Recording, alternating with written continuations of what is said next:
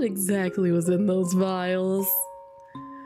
Perhaps a potent alchemical catalyst. Or some stale fish skin. Another glance at the cleric, who's now trying to elbow her way between the food stalls. Shall we? Wait! I love a man who's hilarious! Garrus just moved up in my list.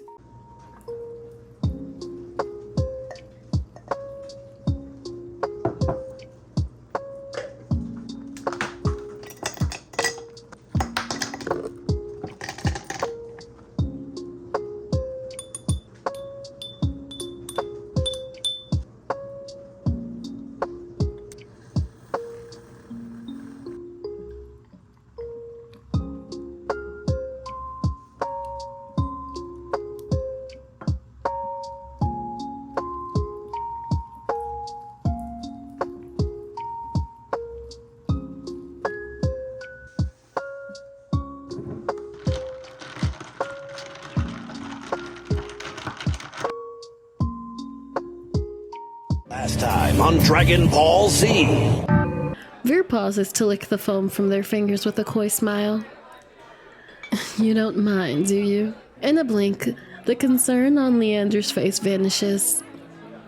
No, be my guest.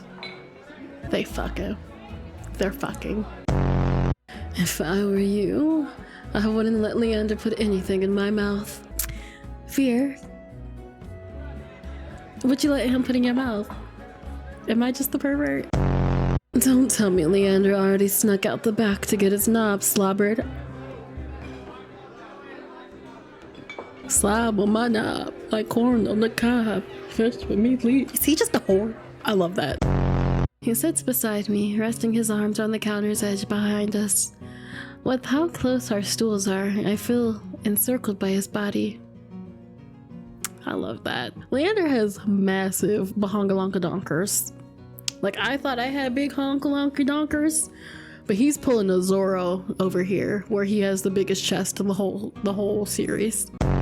And here I am, next to Leander, alone. Leander, please! Please! Uncle!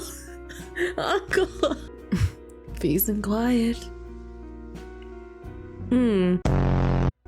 What if I'm being paranoid about you being nice to me? And I'll keep being nice until you get used to it. I won't leave you, and you won't leave me. I told you! Leander is a yandere. Look at him. Look, that is the face of a yandere man. I mean, I'ma still do it. We did Leander, let's do Curious. Let's do Curious. We love the hot doctor. Hot on Curious's heels, I squeeze out of the bar. Of everyone I've met, he seems the most likely to help me, and the least likely to murder me on a whim. He said I could go to the clinic whenever I needed help. Time to see if he's a man of his word. I breathe a sigh of relief once I'm free of the crowded bar. Hearing me, Curious turns my way. Sleepy. I take it the Amaryllis district is not to your liking. If nothing else, it's wildly different from the secluded temple where I spent most of my days. It's a bit overwhelming, but that's not why I stepped out. You do not require treatment after that fall, do you? I scowl up at him and he holds out his hands in a mollifying gesture. I apologize, Sleepy. Please continue. So he is funny. There you are. Who's that? Someone cuts across me toward Curious, stopping us both in the middle of the street. Even in the dim pink haze that blankets everything, there's no mistaking her pressed white uniform. She's from the Cenobium, though the flourishes on her clothing look a bit different from the others I've seen. I swiftly step back, making myself as inconspicuous as possible. Nervous onlookers sidestep Curious and the cleric. They form an island of white in a sea of people teeming with color. Is this a bad time? Persistence is not always a virtue. That's what you said last time. And then take this and be gone. Karis reaches into his coat and produces 3 tiny glass vials, bound together with a thick leather cord. A silvery powder shivers inside. He's a drug dealer. Karis is the drug dealer in the town. Karis is he's a plug. Karis is the plug. He the plug. He gently flicks the vials, watching the contents swirl, and extends them to the cleric. This is it. She looks extremely unimpressed. Looks can be deceiving. He throws me a glance and a swift smile, but I'm too surprised to respond. He's actually hilarious. Like he's a little sneaky, sneaky. Karis was the first to warn me about the cenobium. No one had anything good to say about it. And yet here he is, openly dealing with a cenobium cleric in the Amaryllis district. I glance at Karis and then the cleric, who seems to notice me for the first time. A new patient of yours? Her eyes lingers on me for a long, tense moment, but when Karis steps between us, she sighs and disappears into a seething crowd. This man is wanted by everybody, and I'm not mad at them. I'm not mad at them, because this man is fine. Sleepy, is something amiss? What was that about? Isn't that thing? What was that about, sir? Yeah, what was that all about? Lower your voice. It is of little consequence. That's all you have to say? After the earful you gave me about the cenobium, you... Be calm. He holds one finger to his lips, which suddenly curl into a cat-like smile. Oh god, I think I love him. I love all of them. This isn't good. For now, please join me on a short stroll. Karis's golden eyes twinkle in the low light. He beckons me away from the main thoroughfare and down a side street filled with vendors hawking late-night snacks. Wait, what? Powerfully curious despite myself, I hurry after Karis. Each of his long, graceful strides easily doubles mine. I catch a glimpse of his gleaming white coat as it disappears around the corner of the street. The moment I catch up, the enticing sense of freshly baked goods flood my nose. My stomach rumbles loudly. 1 honey pistachio cookie, please. Come right up! Without breaking his swift pace, Karis plucks the sticky confection out of the merchant's hand and offers it to me.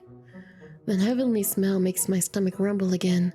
I take a bite without hesitation. He would spoil us not. He's a brat tamer. Eyes is the brat enabler, and Karis is the brat tamer. Leander's the lover boy. Oh god, I'm excited. Okay. That's delicious. It sounds delicious. I want a pistachio honey cookie. Karis watches me with an indulgent smile, and I notice he hasn't gotten anything for himself. You're not hungry? Do not concern yourself with me. He stops mid-sentence, his eyes starting back to the way we came. The hairs stick up on the back of my neck. I turn just enough to peek over my shoulder, hoping I don't look too suspicious. Sure enough, it's the same cleric who waylaid us in the street, now looking very irritated. Uh-oh. Well, disappointment can be a learning experience. Glimmers of realization dawn over me as I stare up at him. What exactly was in those vials? Perhaps a potent alchemical catalyst. Or some stale fish skin. The two do resemble one another, and it can be quite difficult to tell them apart. Is he serious? I chance another glance at the cleric, who's now trying to elbow her way between the food stalls. A few people move aside, but most don't even notice her efforts. The street is too packed with hungry patrons. Shall we? Without waiting for my response, Karis glides swiftly through the crowd once more. You're messing with her. You're messing with her. You're messing with a cenobium cleric? I am astounded you would even suggest it. Karis! I love a man who's hilarious. I love a sneaky, hilarious man. Oh no, this isn't good. Karis just moved up in my list. I think he might have bumped ahead of Leander. Eyes, I don't think he getting down. I don't think Eyes can come down. I don't. Eyes has joined S tier husband list. Karis is A tier, I believe. So is Leander, but like, oh god. I must still look incredulous because his smile softens. He lifts his hands as if to pat my shoulder and then stops himself. You have nothing to fear from her. He ducks into what looks like an abandoned doorway that opens into a small covered market. The stalls here are packed with more spices than I knew existed. Taking a short breath makes me sneeze. Kier slows his pace, occasionally pausing to examine the insistent hawker's wares. Wait. He looks up from the display of vivid red leaves, each as long as my forearm. You said I have nothing to fear, but everyone in Eridia seems wary of the cenobium. People fear the obvious trappings of power, wealth, force, and an ostentatious tower. For my part, I find these such trappings disappointing. The cenobium once had great potential. They squandered it decades ago in the pursuit of trinkets, pleasure, and petty tyranny. Their narrow, prosaic interests have rendered them blind to all else that moves. I think that's the most I've ever heard Kira say on any topic. You sound like you know them well. Kira lets out a long, low sigh. You miss little, Sleepy. Familiarity brings contempt, and I am more familiar with the cenobium's crude methods than I would like to be. Now I'm getting somewhere. Something beyond vague warnings or swift deflections. I decided to press the point where I have the chance. Don't let it go now. You're pushing too much. You gotta know when to reel it in. Also, can we talk about his mesh hot boy shirt? Can we talk about the mesh hot boy shirt? I love that. Tell him, Daddy. Tell him. Familiar how? Ooh. Kira stops in front of a pickled fruits display and I nearly run into his back. He steps aside at the last moment and rests his arm gently but firmly on my on my waist. I tense, but he's careful to avoid my bandaged hands. Our pursuer refuses to take no for an answer. Again? I thought we'd lost her in the crowd. I crane my neck to look for the cleric, but Kira shakes his head. This way. The next street over is home to high-end brothels with steep stairways and shadowy passages, perfect for a discreet tryst or losing a persistent tail. Pink curtains and painted facades sprawl across me like a giant, colorful warren. It only takes a few more twists and turns down blind alleys and narrow walkways before I'm completely turned around. Garrus, however, seems to be following some map in his mind. He takes each turn with swift confidence, guiding me with the occasional nudge. The passages between teetering buildings are so narrow that we have to slink through single file. Just a little farther. His effortless grace is almost infuriating. It takes every ounce of concentration I have to avoid tripping over those loose tiles, discarded cloths, and unidentifiable rubbish. Meanwhile, Kyrus' long legs seem to float over every obstacle. His clothes are still pristine despite the soot-stained walls around us. How the hell does he do it? I'm still trying to puzzle it out when I realize how warm the alley was become. The tiny gap between Kyrus and me radiates heat, like a brilliant midday sun at the peak of summer. With a start, I realize it's more than physical warmth. The sensation calms my nerves and quiets my mind. The closest thing I've ever felt to a comforting embrace.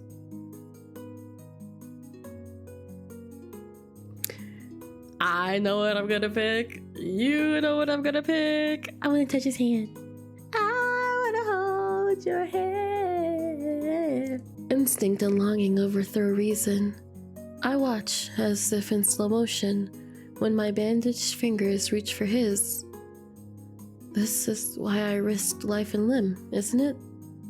Chasing a cure? A fool's hope of safety and warmth. Kyrus turns just before I brush the hem of his sleeve. A common sense viciously asserts itself. It's sleepy. I want to leap back and bury my hands in my cloak, but those gold eyes pierce through me, staking me to the ground. I'm so sorry, Shh. You've done nothing wrong. His long fingers clasp my outstretched palm. My imagination conjures wild images of his touch sparking a flame, rendering cotton and cursed flesh to ash. Instead, taking infinite care not to disturb my bandages, he lowers my hand. Follow me. We have nearly lost our pursuer. We emerge to the opposite side of the Amaryllis district. Warm light dances across the river from all directions. I approach the edge of the water, transfixed. It's incredible. He's taking us on a little date. He's the only one who took us on a little date. Eridia holds beauty and horror in equal measure. Did you enjoy your impromptu tour? Relief escapes me in a tired laugh.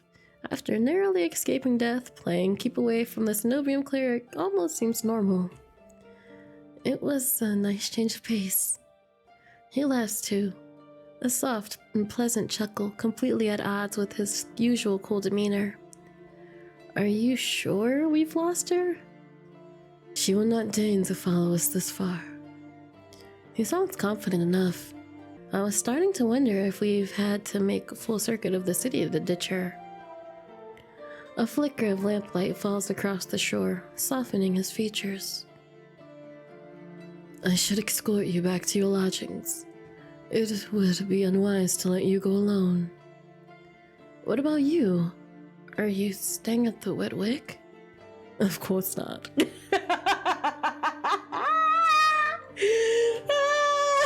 Can we stay with you? Kyrus, I know you stay somewhere nice. Then you're going back to the clinic alone? You just said that was a bad idea. He pauses, stares at me, and then his expression relaxes into a gentle smile.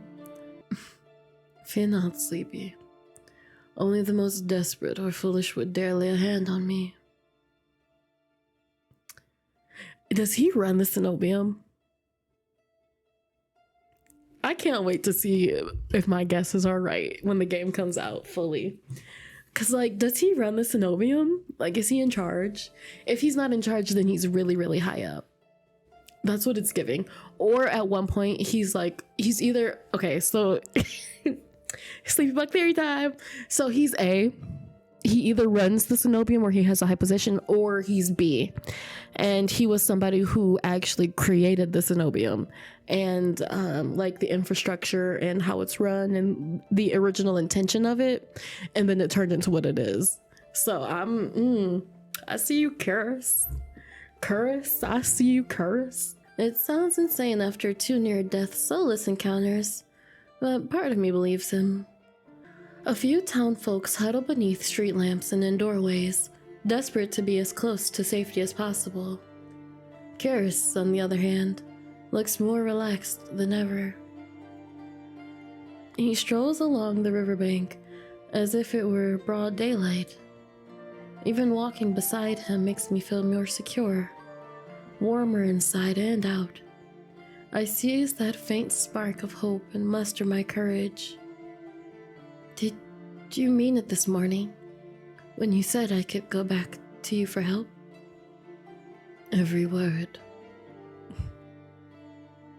I give my all to help. Okay. His mirth vanishes, replaced by calm focus. I don't know what to say. I half expected his offer to be a courtesy, an easy way to get me out the door. The fact that he meant it. Why do you ask? His eyes flicker briefly to my arm, the one that he miraculously reattached when he found it. I can almost imagine him counting the neat stitches. I wanted to be sure. I'm still figuring out who's trustworthy and who's trouble. I see. Eridia does tend to attract extreme individuals. Including you. Sleepy. I refuse to incriminate myself in your eyes. I recognize a smooth deflection when I hear one. That was a good one though. I would have been like, okay. If he won't talk more about himself, maybe he'll tell me about someone else. I decide to ask about. Let's ask about Leander. Why did you send me to Leander for help? Few know Eridia better than Leander. The company he keeps can be questionable, but I had confidence in him. Yeah, his others were rough around the edges. Leander has always preferred the company of those like him. Survivors of Lowtown's harsh realities. You must have noticed how they flock to him. I nod. Leander seemed to know every single person in the Wetwick. And that's a good thing? Leander's closest peers trust him with their lives. I would say that counts for something. I like the doctor.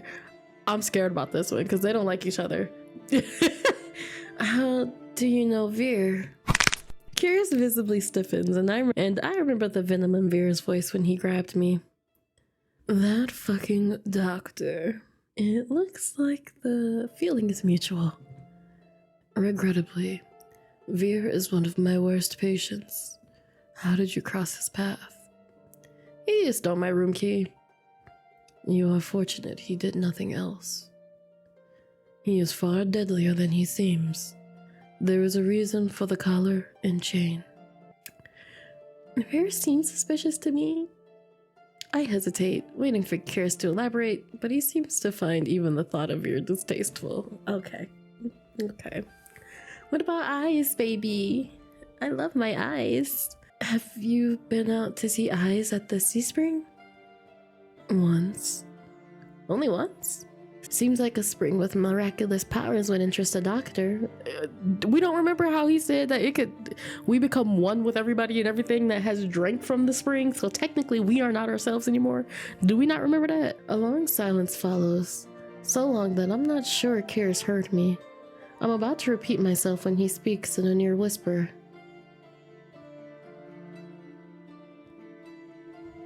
See, I knew my man was worthy. I trust Kiris. I don't know why I trust Kiris. I don't know if it's hot man syndrome, but I trust Kiris. I trust him more than I trust Leander. Leander gives me crazy Tsundere. He gives me crazy Yandere vibes. Eyes is crazy Tsundere. Anyway. Eyes is the rare newcomer who has immediately proven himself worthy of respect. The Sea Spring is another matter. Hidden depths that contain unwelcome secrets. You could say that about anything around here. A fair point. Nonetheless, I have seen many purported wonders, and the Sea Spring is unlike any other. Only time will tell what that means. I don't want to brag, but I knew that my eyes was a good baby. I knew he was a good man. He's a good man, Savannah. He's a good man. Sounds like you and Min know each other well. Kiris heaves a long, suffering sigh. I know them better than most, but not as well as I would like. Like you, Min is a recent arrival. Their time here has been particularly difficult. As much I would like to help. He trails off, and I know exactly what he's talking about. Min doesn't seem like the sort to accept help. Do they always pick fight with adversaries twice their size? I have implored them not to. They rarely listen. With my curiosity sated for now, I fall silent. I wish Kiris had given me a little more to go on, but he's almost as tight-lipped as the others about himself. When we circle back around to the Wetwick, the Amaryllis district seems even more anxious than ever. Drunken patrons overflow into the wine-scented streets. How am I supposed to sleep with all this racket? I suggest the stiffest drink at the bar. Alternatively, a ball of wax. Very funny. The doctor is funny. The doctor, he's giving Dr. Zane. He's giving Dr. Zane. I love him. Okay, I think the doctor is up on my list. Okay, I didn't expect that. I might see Leander's face again and we gonna go back and forth, but it's fine. Even with how tired I am, I'm not sure how I'll get a wink of sleep.